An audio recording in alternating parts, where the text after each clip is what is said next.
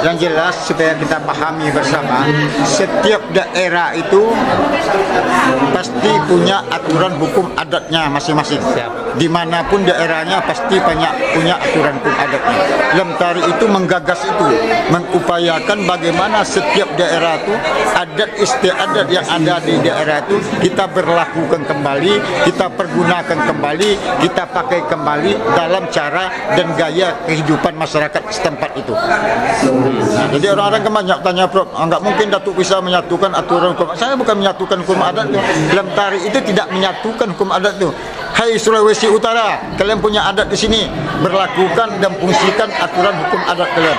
Hai Kalimantan Timur, Anda orang Kalimantan Timur pasti punya aturan hukum adat di daerah Kalimantan Timur, berlakukan, fungsikan dan pergunakan aturan hukum adat Anda dalam cara berkehidupan di negeri Anda sendiri. Orang Sumatera pasti punya aturan hukum adat, berlakukan dan fungsikan, pergunakan aturan hukum adat Sumatera di daerahnya sendiri sebagai jati dirinya bangsa Indonesia itu orang beradat. Nah, jadi Pak, programnya Lentari itu mengupayakan sehingga nanti terbitlah perdatda setiap daerah itu. Hukum itu di dunia ini cuma 3. Yang pertama sekali adalah hukum adat, yang kedua hukum agama, yang ketiga hukum negara.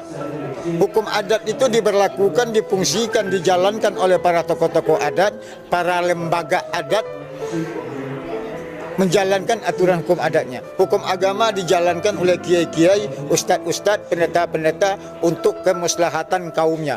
Hukum negara dijalankan oleh pemerintah untuk kesejahteraan dan pembangunan masyarakatnya.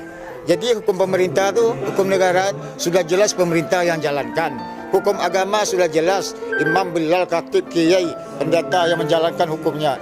Tinggal hukum adat lagi.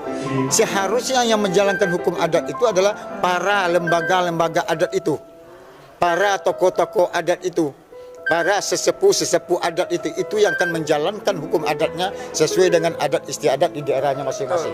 Begitu. Nah, cuma sayang, beribu kali sayang, yang saya katakan tadi, para lembaga-lembaga adat kita hampir semuanya di Indonesia itu bukan budaya, bukan adat yang dia jalankan, tapi budaya yang dia besarkan. Maka oleh sebab itu, kalau budaya yang kita besarkan terus, saya hakul yakin 5-10 tahun lagi anak cucu